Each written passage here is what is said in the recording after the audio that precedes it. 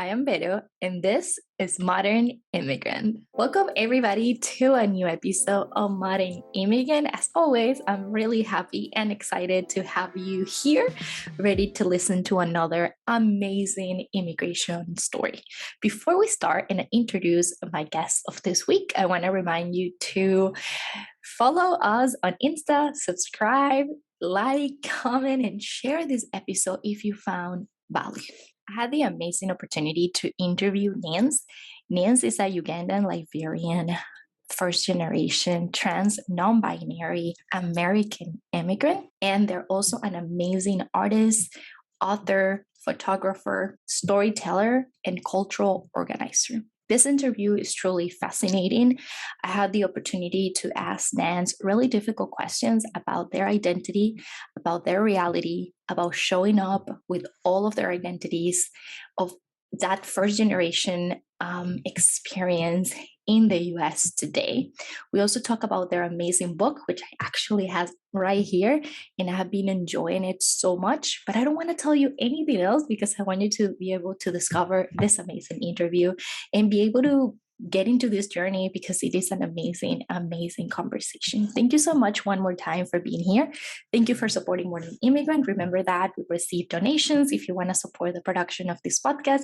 And we love every time we are able to continue to work towards this project. Enjoy the conversation. Thank you. Welcome, everybody, to a new episode of Modern Immigrant. I'm really excited, as always, to have a new guest and to be able to explore another journey. So, Nance, welcome to Modern Immigrant. Thank you for having me. Yeah, this is really exciting. And Nance, what are your pronouns? So we also know that to start. Sure. Yeah, so my pronouns are he, him, they, them. Awesome. And I love when I start these interviews asking what I feel like it can be a really general question, but I also want to hear from you. Tell us about your immigration journey, like background, family, all of those places that we're all kind of connected and from. Sure. So I love that you actually asked what my name was because I particularly see the name as something that's very powerful, and that really says something about a person before you get to know them and their kind of inner layers, the things they want to reveal about themselves. So my first name, Nance, that I call myself, Nancy, was given to me by my mother, who's Liberian, and my father is Ugandan. My last name is Musinguzi. And in his language in Ankole, that means fearless conqueror. And I like to kind of bring that spirit to all of my work. And then my middle name, Mbabazi, is Ugandan as well, and is technically supposed to be my Ugandan name. That's how I would be referred to if I were to go visit family. They would call me Mbabazi, not Nancy. They could call me Nancy, and I do like tell them to call me by the name that I prefer to be called by, but Mbabazi was given to me to honor that kind of lineage, to honor the power of naming. Yes. So starting with that, so I am first generation Black, Ugandan, Liberian American. I am trans, masculine, and non-binary, queer. I'm an abolitionist, I'm an organizer. But I'm a photographer, I'm a visual artist and a visual storyteller. And I recently published this book, The Letter Formerly Known as Q, in 2021. And actually the cover was inspired by this incredible piece by Carrie Mae Weems, who's a wonderful, incredible Black woman, visual artist, photographer, image maker, storyteller, keeper of stories, challenger of convention, kind of authoring of her existence into the world with her self-portraiture and how she wants to posture herself. This piece that she had done, it was this kind of like very abstract piece. She had taken these portraits of Black children in the South and cropped them in boxes and overlaid color over their images to kind of give moods, this very dark blue indigo mood over this very kind of she kind of had a little attitude, a little black girl attitude, but like maybe that blue is indicating that attitude is actually coming from a place of deep sadness, or the want or the need to feel and be seen fully. The red of like a smiling, like young boy. It's like, and there's so many ways that can be interpreted. It's all based on who's looking and who's seeing. And I like really base a lot of my practice on those theories of like, how am I challenging people and how they're seeing, and how they're registering things, and how they're being presented and making meaning against their worldview, because not everything is made for you to understand, automatically. Yes. So, and everyone's gonna give that interpretation, which I think it's so important. I truly appreciate how you started the interview by giving us the background of your names and the meaning, and also talking about your family, because I think something that sometimes as immigrants, and I want to ask you about your first generation immigrant identity, because I think as we grow as first generation or second or immigrants, we transform, right, over the process, and sometimes we change to what our family knows about us or who we were. How has that been for you to continue to like challenge yourself, grow, transform, but still kind of stay true to your roots and your family and that approval? I think a lot of immigrants sometimes struggle with that guilt of like, okay, I'm not that person anymore, but I want to love where I come from. Yeah, I don't know, it's complex, but that inner contradiction of like wanting to be over, like just be expansive and all the things that you think are possible, but still living within the confines of the forms and like behaviors that people accept you for, and living in the gray area of that is where growth is. And like for me, I started this project 4 years ago and I identified as a queer Black woman. And today I am evolving and constantly changing and refining how I identify and who I am. And part of that is being in community with more trans and queer immigrant folks who share my identity, but also share my values and my politic, and understanding, kind of the power of existence in a world that does not want to see you or understand you. Yeah, and don't want to see you being yourself and free and happy. Yeah, thank you for sharing that. I think something that is really interesting when I was reading the letter formerly known as Q, and all of those voices from people that have a first generation story or an immigrant story and a queer identity, something that I saw as a pattern and as a theme in the stories was community and the importance of community. And I think that's something beautiful that you're bringing together, right? Like the importance of finding your community. And I would love for you to speak on that. Like, what have been that community that you have built, and the importance of community when you're not finding like a space for yourself, like when feeling an outsider, which I read a lot in the book. Yeah. Feeling like an outlier. That was like in the first book too. Just kind of this theme of finding and defining, belonging. What does that mean? Because I think community as like kind of a social structure, like a way to hold all kinds of identities and desires and wants and needs, like requires a lot of different kinds of perspectives and understandings of what home means, not just a house and a car to get around and a job to pay for everything, and people to socialize in between, like, and to reaffirm your status in society, like being first generation, and being raised by two African immigrant parents who have particular kinds of points of view and class status. They were privileged. My parents went to Ivy League institutions and got graduate education. They had professions in emerging and very lucrative industries that were growing in America. My dad worked in finance and technology. My mother was a social entrepreneur and was a travel booking agent, and like ran her own little business, but like served a particular kind of immigrant who wanted to travel and go back home. and their understanding of the world and how it was configured and how they saw themselves inside of it. Living in the kind of like inner and outer contradictions of who you are and like how people accept you and how you move. I am constantly confronting all of those things inside and out when I'm trying to find that definition of home and community. And it's definitely expressed very more complexly by the subjects because of who they are. And again, the kind of language that's available to us to describe people and who they are and where they come from. Like I wouldn't consider in the traditional sense, I wouldn't be considered an immigrant because I was born on this soil, but I live in Minneapolis and I've made this my home, after, because I am a transplant. I'm a transplant from the East Coast, from New Jersey. And I made home here because I I could not find community after college. College was this kind of microcosm that created this very superiorist like reality of like connection and upward mobility. Every year you'll graduate and you'll find new opportunities and spend less and less time on campus and exploring the world around you. But that world around you in a college city is really refined to like the yuppie culture, this kind of like preparing yourself to work in a capitalist workforce. Like that's not really showing people what the world is like. It's showing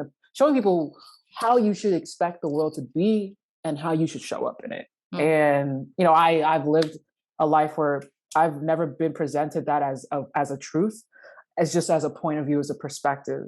And like my parents being my parents, like really emphasized that as I move through the world with this kind of privilege and like access to the world, and never forgetting who I am and like where I come from. That was a lot. I don't know if I answered. No, that is beautiful. I loved it. And I was like taking notes of a few things because I think it's interesting how I have been experiencing people's trying to understand if they fit into the immigrant category or not, especially as they're in this space and we're talking about immigration.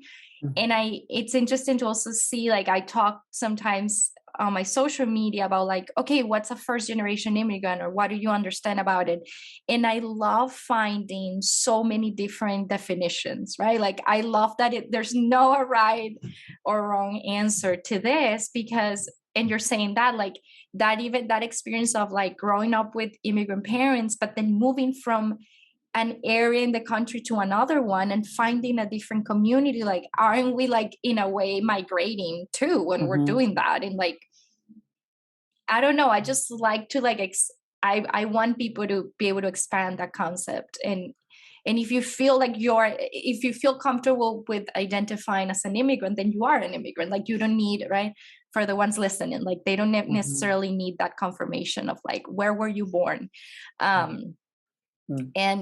And it's beautiful to see that you have found that community and that home in a way, away from home. I think I'm trying. I think also, and even speaking to you, talking about kind of this reclamation of identity, like I am, being an immigrant is something that at one point, some points in our lives where it was embarrassing or even dangerous to say. There is actually a privilege to be able to say that you're an immigrant here. Because based on who you are, that kind of identity can be stripped away from you if you don't comply with the state and like how the state wants to operate, or your identity or your existence is contradicting its existence. And I even remember like years ago when I was a recent arrived to the US, I remember how much I will always follow I'm from Venezuela and I'm an immigrant. And I'm here with this visa, right? Like I felt the need to protect myself and justify and overshare my legal status to find that approval of like people being like, oh, okay, like you're good, right? And like over the years, the more I have been like working around this identity myself and exploring other immigration stories, I've been finding like, wow, how difficult it is that we're trying to prove that we're good, right? Because it's dangerous to not fit into those expectations. Yeah. So Yeah. It's difficult, but I love to have the opportunity to like at least open the spaces for people to hear these conversations and feel like, okay, someone maybe on the other side is like, okay, I'm also feeling that way. And it's okay to struggle and transform and change and learn over time. One thing Absolutely. that I would like to ask you is what challenges, like if you can talk from your experience with the identities that you describe or you define in your book as first generation, non binary, trans, Black, I would say, living in the US. Tell us about those challenges that you have to constantly navigate Sure. um, so people can understand better that experience. Yeah, absolutely. I mean, even you just saying like, what does it mean to be Black in America? I'm like, challenges in itself. Living in an anti-Black world, very difficult, very challenging. Um, like I mean, it's a big question of like, I know. how do I live in a world that was kind of not designed for me to live peacefully and like accept it. Really expected for me to assimilate and to like shrink and Mm, fit my identities into these kind of smaller borders that I am allowed to occupy and like exist within as long as I follow rules and laws and order. And as long as I don't like kind of deviate from those things. mhm, Because what happens is like my identity becomes something that's celebrated to something that's criminalized, and like constantly finding myself rubbing up against these borders that are trying mm, to limit my existence or my humanity. Like, I mean, being Black and being immigrant is a very interesting experience in that there's very limited spaces that will see me mm, fully. I'm constantly having to negotiate and compromise who I am to live. But I don't believe that. I think that's just a theoretical framework of understanding mm. marginalization. I don't buy into the definition. I think more or less, I think, I think, um, I think just deconstructing a lot of the limitations and barriers that are placed upon people like me with my identities Mm.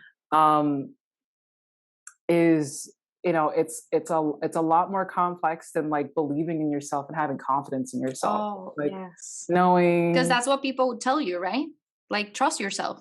You Mm, got this. I mean, I'm too critical for people to tell me something that basic to me when I am Okay. confronting Okay, confronting good. systems of capitalism, imperialism, and Yeah. patriarchy, or even coming to grips with like how my Black masculinity is like Mhm. rendered. Like my Blackness is steeped in queerness and in feminism, and it's militant.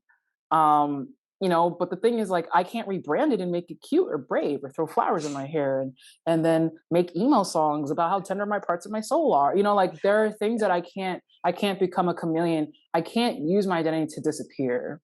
I Mm. can be ignored and I can be disenfranchised, but I can't choose how people see me and treat me, you know.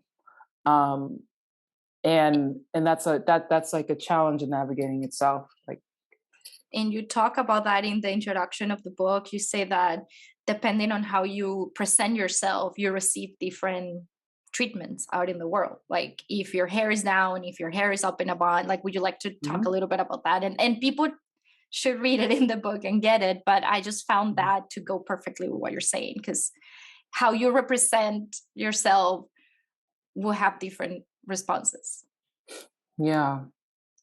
Yeah, I think like, hmm, man, I just recently read James Baldwin's Nobody Knows My Name. This Mm, incredible book of essays that he wrote when he self-exiled himself to Paris for 10 years and then came mm, back and visited the South for the first time in his life, and then went back to Harlem where he was born, and kind of had this retrospective understanding of how the world was changing after after World War II, during Vietnam, like how the world was really changing around him and within him. And so just kind of going back to like, yeah, like just small, like very, very small parts of me can be like rendered very differently based on who's in front of me and like how much they know about me. Like sometimes when I have my hair down, I look more feminine, and like people will then feel more calm and a lot less anxious about how I'm gonna respond or move, or like even posture toward them if they're more mask or femme.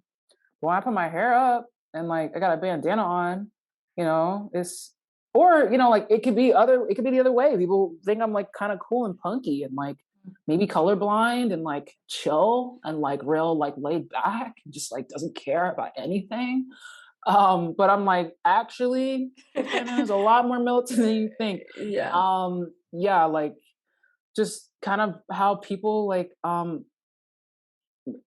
they kind of just do think like they will render something so that it can either be less threatening, and they feel more Mm. safe around it, and like kind of it's kind of the reduction, like just even the scenario building, just like it's the reduction of someone's humanity so that you can feel bigger or feel more comfortable in space. Mm. And like when I say you, I'm not meaning you, obviously this is the universal you, but I'm talking to whiteness, Mm. people who benefit from whiteness and posture toward whiteness so they can live freely and fully in the world. Kind of addressing that audience when I'm talking about how I am being exoticized um, or even what is it, infantilized, because it's more of like, wow, you're trans, so like you don't have a full developed understanding of who you are. So you're like childlike, and you're like you dress like you're a teenager, but it's like also like I haven't been able to live in this body this way for that, like I've only known myself for this long. So this is how I'm appearing to myself. Maybe 20 years down the line, I might wear something different or look like an old queer, whatever. Um, and unfortunately, and it's sad, is like there are not a lot of examples of what that looks like. What is an older trans queer person look like as they age into themselves? I don't Mm. there we've lost generations after generations of queer and trans people to, quite frankly, like crises that did not have to be crises, and they and were mostly driven by government inaction and indifference, Mm. such during the AIDS epidemic, um, Yeah. Yeah. missionary trips to Uganda and other sub-Saharan African countries who were bringing evangelicists um, to incite like extremist Christians and like hurt and harm and marginalize queer and trans people in their countries, and limiting their ways of building community and freedom for themselves. Mm. Um, and seeing how those practices transcend in other ways, and how states and government like pick and choose who they want to save, who they want to be healthy and want to be seen Mm. and represented um, and cared for, as kind of necropolitics of like picking who chooses to live and who chooses to die. I mean, I think I'm kind of delving from the original question, but um, just kind of musing on, there are very little examples of how I can be very like solid and very full in my existence without Mm. having to justify Yes. constantly, what I mean. Yes. Yeah. Thank you. Thank you for that. And thank you for giving us more than what I asked. I love there's a core, I think, idea as well. And you asked this question too in your book to some of the guests or the amazing people that appear in your book. That is imagining a world with no borders, this borderless world that I really would like for listeners to imagine, and I would really like for you to speak on, because I know you're not only referring to the immigration borders, which definitely I would like to imagine that world, but tell us what would that world look like to you, if like it will be a dream and it will be a world where I hopefully we get to experience. Yeah. Um, so yeah, when we're talking about borders, we're not Mm-hmm. talking about physical territories, Yeah. or you pay a toll and you can go to from New Jersey to New York for how much it costs now. It's probably crazy now. But it's really, I mean, it does serve, it does it does muse as a metaphor as like an access point to freedom. And when we're talking about our identities, those access points to freedom um, can look very differently based on who you are and your proximity to whiteness, because that is unfortunately in the living under the conditions we are living in now. That is the access point to freedom, full freedom. But it doesn't have to be that way. Um, and for borders to be enforced, there must be police, and the people who are safeguarding its existence and its legitimacy. So a world without borders and those who benefit and enforce them will look very, very different. I would probably save a lot of money. If not, I would not need currency to have a home. Mm. Um, Suddenly like rent is not needed because uh, like housing is a human right, and it's a universal right for people to be able to fully contribute and fully show up and participate in civil society as they are and where they are on the spectrum of their ability as well. Because there are people in this world that cannot work because they physically cannot. And that should not limit people's ability to live and have a home and a place to stay and be safe. I feel like every other weekend would just be like a block party. We'd maybe work 3 days a week. It'd be like Yes. Monday, Wednesday, Friday, and it'd be like 3 hours. And it's just like to check in with people to see if like, is everything okay? Cool. Um, Childcare would be more common and more accessible than a gas station. Mm. You'd see more schools and a lot more places for people to learn, like really learn and engage. Like learning would also look different. I feel like how like California has schools that are just kind of like out, like kind of open. I love that. There's some here in Washington too, like in the woods. Yeah.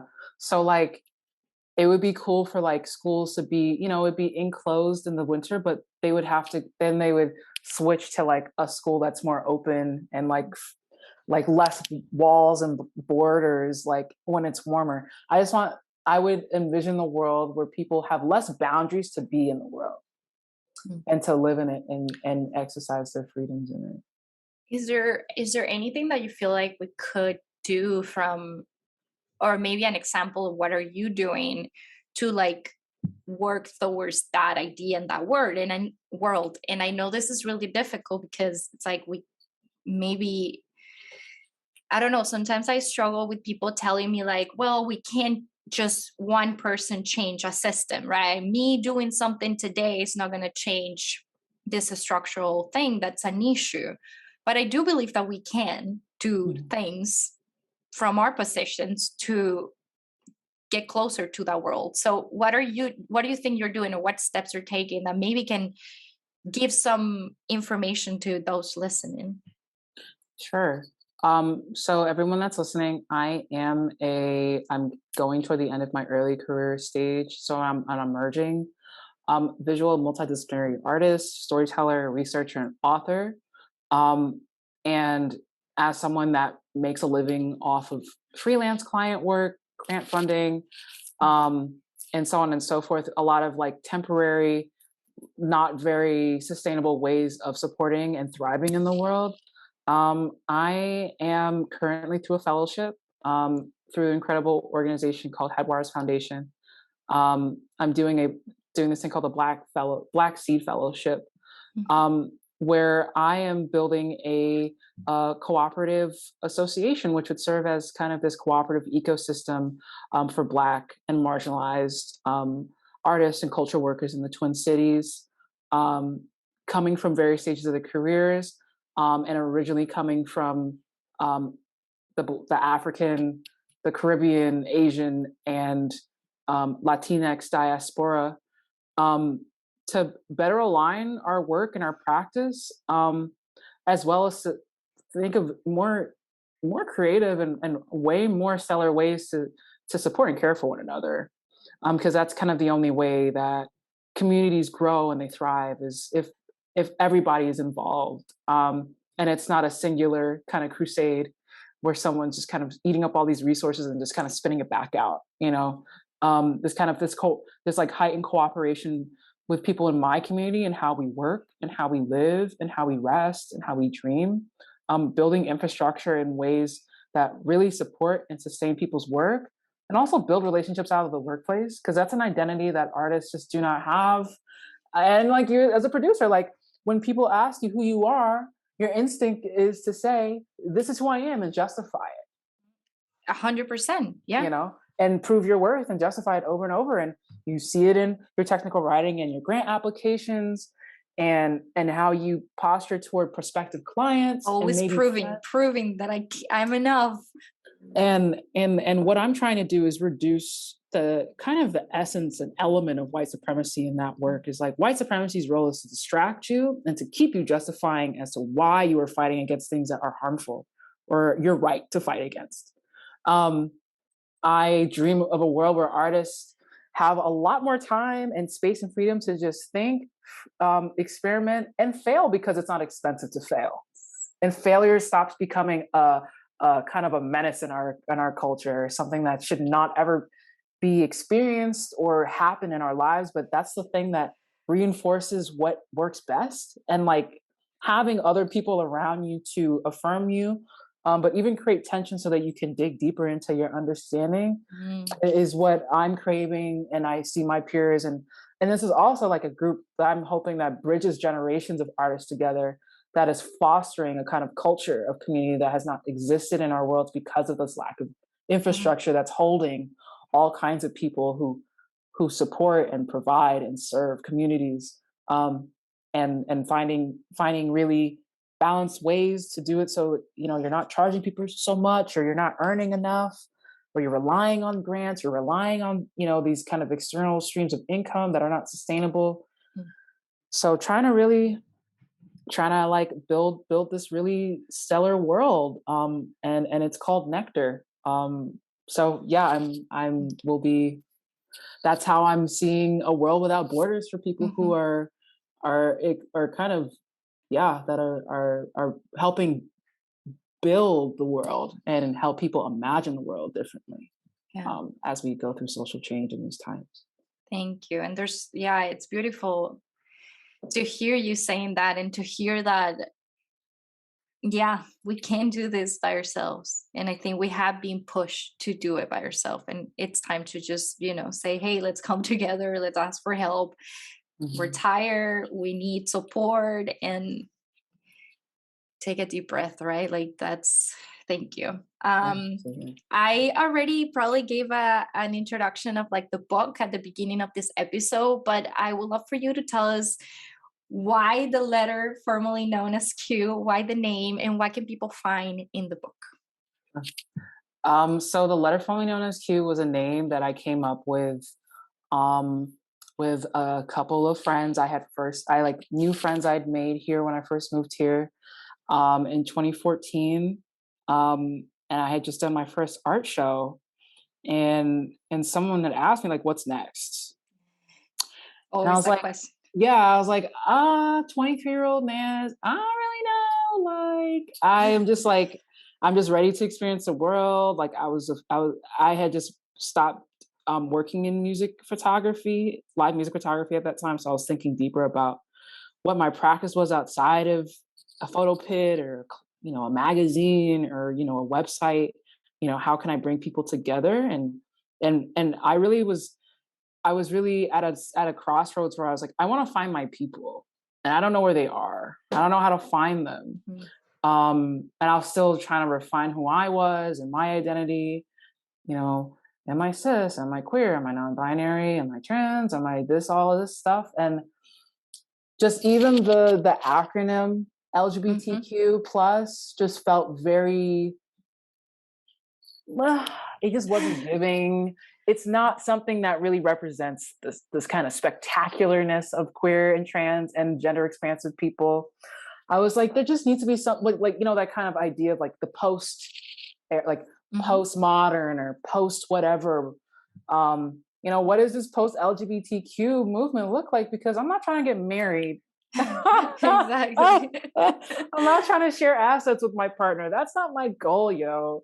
I'm not trying to like work at businesses that accept my identity. I'm like, I feel like there's a new kind of like spirit to our like social movement around defining freedom and like who we are, and also like how queer and trans voices have not been centered in those fights, and our issues have not been centered in those fights. So the letter formerly known as Q was just like a very poetic name. I love names. Yes.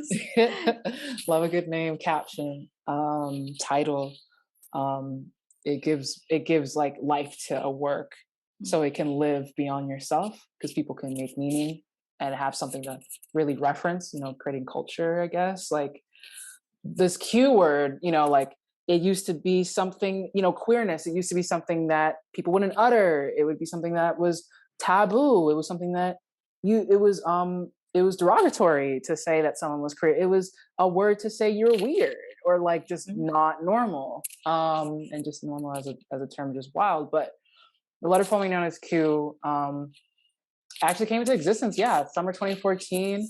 I want to find my people. I was talking with a friend that I collaborated with many times, on art projects, art installations, art collaborations, and I was like, I want to interview a bunch of queer African folks, and talk and ask them about like their identities and like how they're challenging what it means to be, both Black, African, and immigrant in the world. And he was like, how are you gonna find are there any other queer Africans? And I was like, what? I can't be, I'm not an anomaly. Right. I'm not a deviation. I am not the exception. And just kind of being young and hard-headed, I was like, I'm gonna do this. I'm gonna find them. I'm gonna find my people. And I kind of relentlessly did find my chosen family. And most of them were in social movement, Black liberation movement spaces, and were fighting for the same things that I was fighting for. And I was very inspired by the kinds of ideologies and like practices that people were using to like create those definitions for themselves and their people. And I felt there was kind of this like missing radicalness, this militancy in this LGBTQ movement. Like, what are we fighting for? Right? Like, I don't want to be in the frame of the picture. Like basically it's like you got a group photo and they're like, all right, you can sit on the edge. And just we won't actually have a flash on your face. You'll just, it's like when they can like cut you. And they can crop you whenever they want to, right? I was like, I want like an opportunity to kind of refresh the frame. Who all is here? What are we missing? What are we not talking about? And I felt like I was taking things that the LGBTQ movement really wasn't really speaking enough about, and then in the era of like a time where those issues could not be ignored around immigration and borders and how people are making home and how people are like not making it possible to make home. Like the Trump, like the whole thing at the borders, like that was a thing that really jump started and empowering ICE and fully financing and funding ICE. Like that was a thing I couldn't ignore and separate from my understanding and worldview of the world. Especially as a queer person who's trans person is constantly trying to understand where I fit in. Right. Yeah. Yes. And it's all of those identities together. I think that's something I really appreciate about your book is that, I'm tired to see people thinking that immigrants are this one thing and queer people are this other thing. And a person of color, a Black person is this other thing. And it's like, wait a second, like there's this whole intersectionality. We are so many things together and that can add complexity and that can add sometimes strength or different challenges. So just reading the diversity of each of the stories really touches me and helps me imagine a world that's way bigger and more amazing than what I ever could imagine. So I think that's where we need to come together and read and listen and open our mind to those experiences.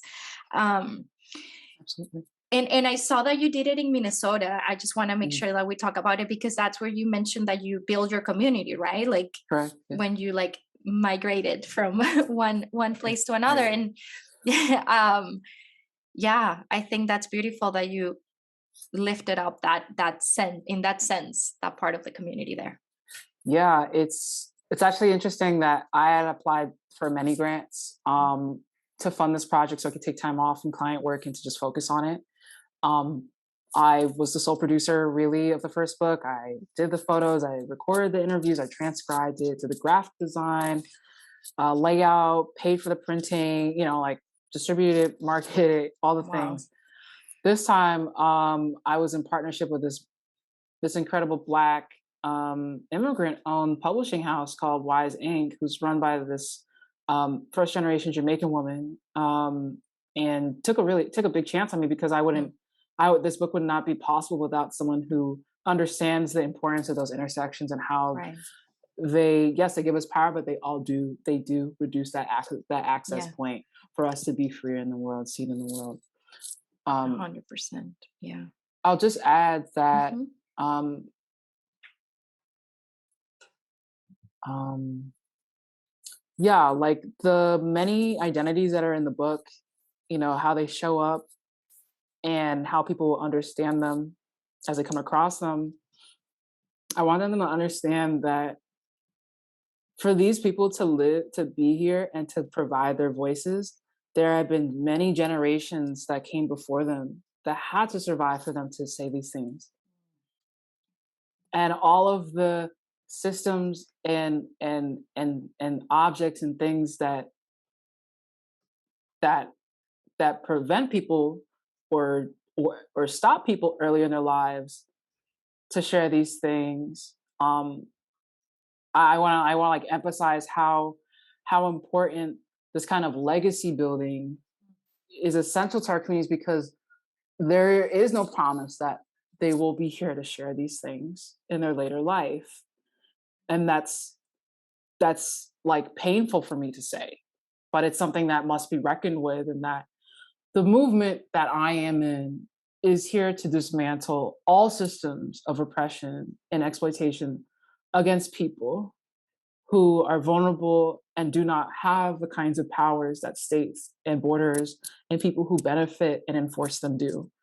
Mm. And like this is the kind of work that I wish I had when I was 16 or 17 years old, where I didn't know if what I would be like in adulthood if I would even survive to see it.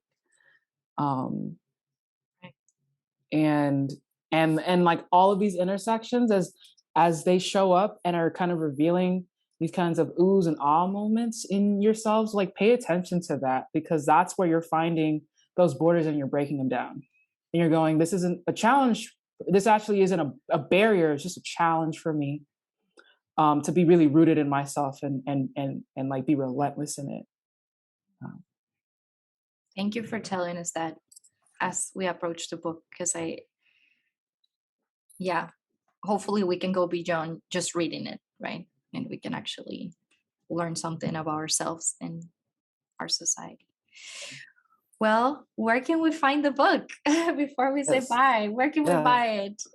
In addition to this wonderful book that I produced in collaboration with incredible people, I also collaborate with incredible people to build a digital archive and a kind of a digital extension and online extension of the book. It's called lfkaq.net. You can go on there and it hosts all of the interviews in its multimedia form. You have the images and you have text transcription. Then you also have audio recorded conversation, so you can listen to the kind of Oh, nuanced and uninterrupted conversation um, and dialogue that we're having. Um, and yeah, we have some other great things. Yeah, you can buy the book on there, and then you can um, see and add resources that that you find would be helpful to improve the lives and livelihoods of queer and trans and immigrant folks in Minnesota and beyond. There's a resource page that has a bunch of organizations that do that work. And there's also a tab where you can request a pop-up installation or community dialogue and dinner in your own community. I'm trying to like go through the whole website It's okay. right now. It's not working. So yeah, anyway, there's a whole lot of other incredible things on that website. You can contact me through there. There's a chat forum on there as well, so you can continue conversations and dialogue about the book with other people. It's free to sign up. I won't use or sell your data or information. It's really just this free space for folks to gather and connect outside of this, outside of social media that really limits and censors and kind of monopolizes spaces that you want to cultivate for your community to gather and have conversations with. So please feel free to use that message board to continue those conversations about the book and to expand on those themes. Thank you. Thank you for providing all of that information and for providing like a whole experience through your website where people can find other resources. I will make sure I add the link down below in this episode description so people can go and check it out. I'm really grateful that you had the opportunity to come to Modern Immigrant to share your part of your story and about your book. And I'm really glad that we connected. So thank you so much, Nance. Thank you so much, Vero. You were a gem. Thank you for building this platform for people like us. I really appreciate it. Thank you so much.